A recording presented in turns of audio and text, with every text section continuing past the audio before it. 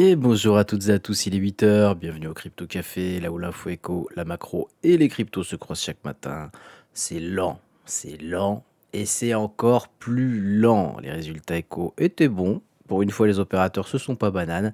Du coup, va falloir attendre vendredi. Et ouais. Allez, c'est parti, on démarre le Crypto Café.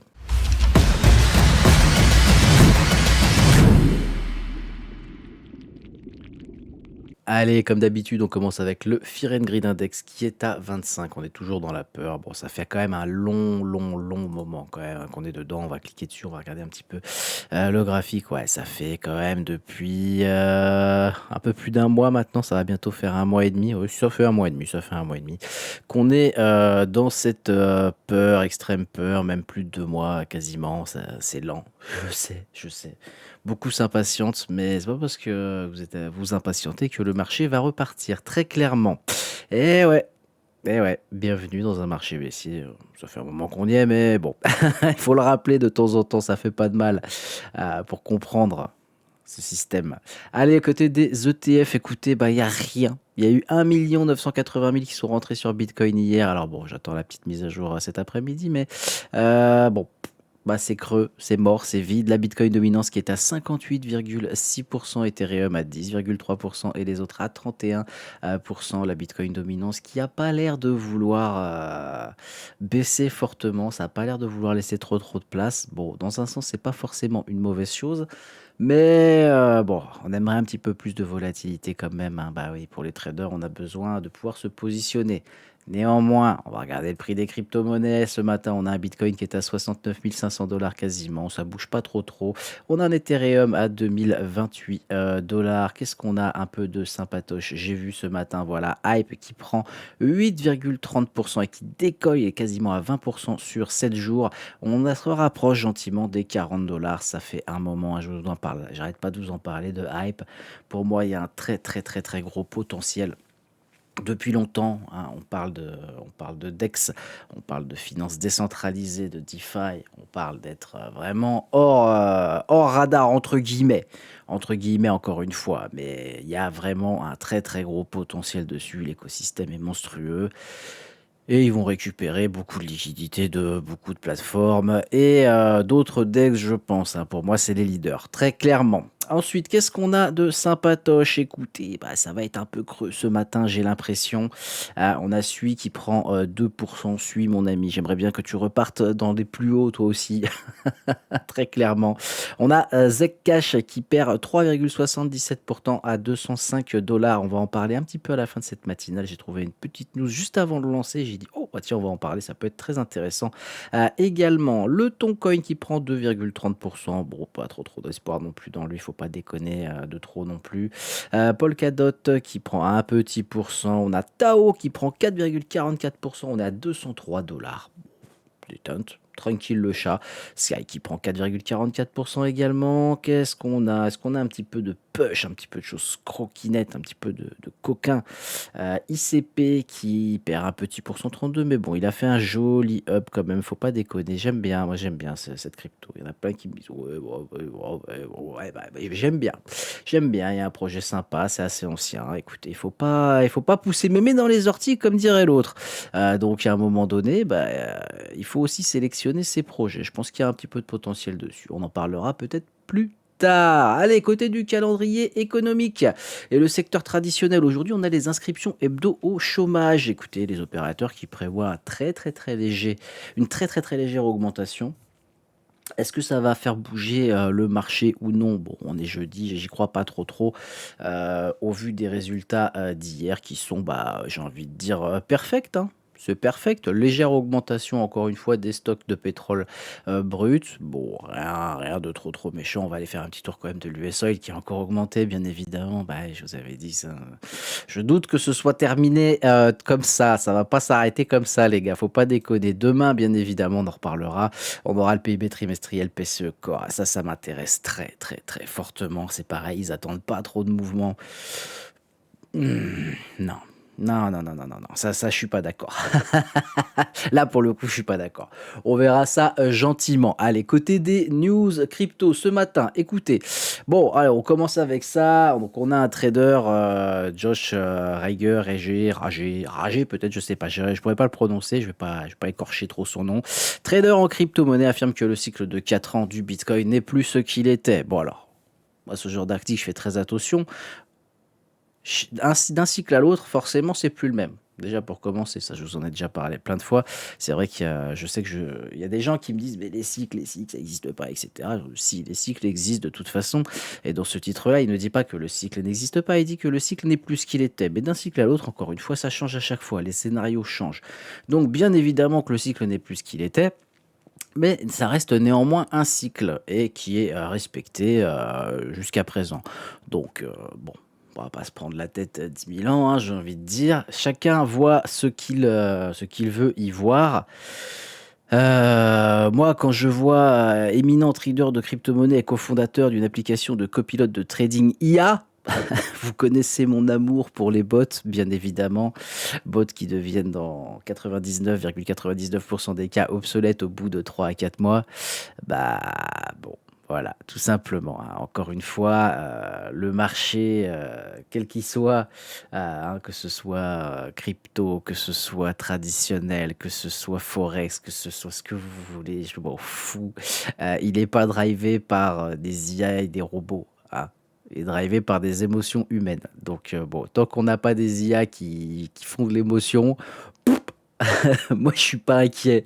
On a encore de longs et beaux jours devant nous avec des volatilités incroyables, tout simplement. Je pense que c'est important de mettre le point là-dessus parce qu'il y a trop de gens qui me viennent me parler de bots, qui viennent me dire ah j'ai trouvé le nouveau bot, regarde les résultats, machin, etc. Encore une fois, hein, tout ça c'est beau, c'est joli, hein, ça donne beaucoup d'espoir. Mon rôle c'est pas forcément de vous donner de l'espoir, même si de temps en temps on rigole quand même un peu. Mon rôle, c'est plus de vous dire, écoutez, si vous voulez, hein, essayez, mais dans 3 4 mois, faudra pas venir pleurer, quoi, tout simplement. Tout simplement. Allez, on continue. Avec cette news, bon, la Biélorussie qui avait une image de paradis cryptographique, bon, je pense pas que le climat devait participer à cette, euh, à cette image, entre guillemets, même si je suis jamais allé en Biélorussie, hein, je vais pas vous mentir. Mais bon, apparemment, il y a des taxes de fous furieux, ça ternit l'image, etc. Encore une fois, il y a de plus en plus de régulations qui se créent, que ce soit au sein des pays même et que ce soit sur la crypto, que ce soit dans les impôts, etc. Bien évidemment, hein, il y a du pognon, donc les gouvernements vont pas se gratter pour aller le récupérer. Et les mecs sont pas fous, ils sont pas cons. À un moment donné, faut arrêter les conneries. Donc ce genre d'article, ça reste sympa, ça reste aussi un moyen de montrer que de toute façon, la régulation se fait et où que vous soyez, où que vous alliez, finalement, à un moment donné, bah, vous finirez par être attrapé, hein, de toute façon. La personne qui pense qu'elle échappera toute sa vie aux flics ou à la financière ou ce que vous voulez, non, non, vous finirez toujours par vous faire rattraper de toute façon. Les mecs savent tout sur vous, hein. C'est juste que vous n'êtes pas encore assez important, je pense, tout simplement. Allez, enfin, une bonne nouvelle, ça m'a beaucoup plu ce matin quand je l'ai lu, hein. Donc, un sénateur pro-crypto rencontre le futur président de la Fed. C'est écrit, hein, le président de la Fed pour discuter des actifs numériques, c'est le futur président, puisqu'on a la sénatrice Cynthia Lummis qui a rencontré le candidat désigné et signé Kevin Warsh. Bon, ils ont beaucoup parlé, on n'a pas forcément toutes les informations qui ont été dites pendant cette réunion. En tout cas, ça parle crypto à la Fed. Kevin Warsh s'est déjà positionné plusieurs fois en faveur de certains actifs numériques, particulièrement Bitcoin. Encore une fois, de toute façon, quand on parle de la Fed, quand on parle de grosses institutions, bah, les mecs, ils vont pas aller vous parler du dernier meme coin à la mode, du shitcoin, je sais pas quoi, machin, etc. Vous vous en doutez, hein, vous vous en doutez. Encore une fois, les mecs pensent avant tout à la protection des grands guillemets des consommateurs et des investisseurs, tout simplement. Voilà, j'ai bien mis des guillemets, hein. Attention, sortez pas mes mots de leur contexte, s'il vous plaît. Allez, je vous ai dit qu'on parlerait un petit peu de ZEC. Ah, Eh oui, mais tu parles de minage, Cuillard, qu'est-ce qui se passe? Eh ben, écoutez, la plus grande société de pool minier Bitcoin va établir un pool minier pour ZEC. Pourquoi? Eh ben, écoutez, on sait pas trop, mais apparemment, ils ont des petites infos. ZEC, on faut pas l'oublier, ça reste un token anonyme, c'est du privacy coin. Et le PDG de Foundry, donc, qui était un très très gros pool minier, a décidé de se mettre à miner également du ZEC, puisque ZEC jouera un rôle essentiel dans l'amélioration de la confidentialité financière. C'est pas con du tout, très clairement. C'est pas con du tout. Pourquoi ZEC et pas XMR? Bah parce que XMR, pour le coup, c'est totalement anonyme. Vous pouvez rien faire, entre guillemets, à part être anonyme, à part être intraçable, ce que vous voulez. Par contre, ZEC, vous pouvez choisir. Voilà. C'est la grande différence entre les deux. On m'avait posé la question il n'y a pas longtemps sur le groupe. Donc voilà, je le redis encore ici sur YouTube, faut faire la différence entre XMR qui est vraiment full anonyme et ZEC où vous avez cette possibilité de soit d'être full anonyme, soit de laisser en normal, entre guillemets. Hein, entre guillemets. Il y a un petit peu plus de technique que ça derrière, mais pour faire les grandes lignes, c'est ça, tout simplement. Ensuite, bon, ben voilà, on en a parlé hier, maintenant on en a encore un. Ça me fatigue vraiment, c'est cette connerie-là. Séquestration à Vers-sur-Marne, donc si j'ai bien compris, c'est dans le 77. Une famille visée par erreur dans un homejacking crypto. Franchement, ça devient de pire en pire. Mais alors, non seulement ça devient de pire en pire, les mecs se sont pointés à 6h30 pour voler des clés privées crypto. Les agresseurs cherchaient l'ancien propriétaire, parti depuis août 2020. Les gars, on est en 2026, ils se sont pointés chez... véridique, va falloir faire quelque chose. Ça devient gravissime. Ça devient gravissime, sans déconner. Euh, c'est de pire en pire. J'ai pas les mots, honnêtement, de voir des mecs comme ça. En plus, ils se plantent. Quelle bande de merde, voilà, je vais le dire, parce que franchement, ça devient aberrant, ça me fatigue. Ça m'amuse, j'ai hâte de sortir cette vidéo. De toute façon, pour vous mentir, hein, si vous pensez que vous n'êtes pas défendu par la justice en France, vous trompez pas, hein. Vous n'êtes pas défendu, hein. C'est abusé.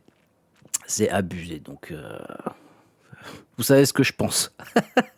Point. Allez, on va faire un petit tour du côté de US Oil ce matin. Bon, je vous avais dit, hein, c'est pas fini, ça m'étonnerait quand même, c'est bizarre, hein, grosse journée volatile. Et ben écoutez, on remonte.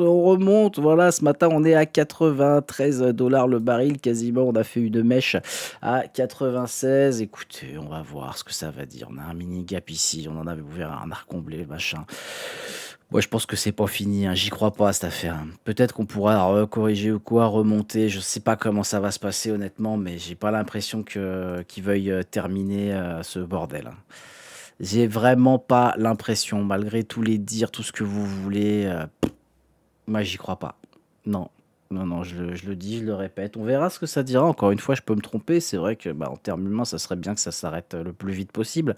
Mais au vu de ce que j'entends, au vu de ce que je vois, des petites news que j'ai à droite à gauche, ça n'a pas l'air de vouloir s'arrêter. Maintenant, il va falloir continuer, hein. Il va falloir continuer à surveiller, il va falloir se préparer. Ils ont voté, donc j'ai vu là pour le G7 le déblocage de 400 millions de barils. 20 jours, waouh, 20 jours, 20 jours. On va vous vendre du pétrole acheté à bas prix, à des prix exorbitants. Ah, vous inquiétez pas, les mecs. Ah oui, on vous débloque, vous inquiétez pas, il n'y aura pas de pénurie. Ouais, il n'y aura pas de pénurie. En même temps, on n'est pas prêt d'en avoir une de pénurie avec tous les stocks qu'il y a. Par contre, la pénurie de portefeuille, il va y en avoir, hein. Putain, sans déconner, quoi. Aïe, aïe, aïe, aïe, aïe. Ah, mais c'est pas grave, ça ira gueuler dans la rue et puis ça s'arrêtera de gueuler pour s'emballer un Mars comme d'habitude. C'est triste, c'est triste. Mais c'est comme ça, c'est la vie. Allez, écoutez, c'est tout pour moi ce matin, on va pas aller plus loin. Ça sert à rien pour le moment. On va attendre demain. Demain, ce sera vendredi 13 mars en plus. On va voir ce que ça va dire. Restez patient, c'est pas fini. Il faut rester zen. Je sais que c'est dur, mais on n'a pas touché le bout du tunnel, hein. Très clairement, on n'est pas au bout.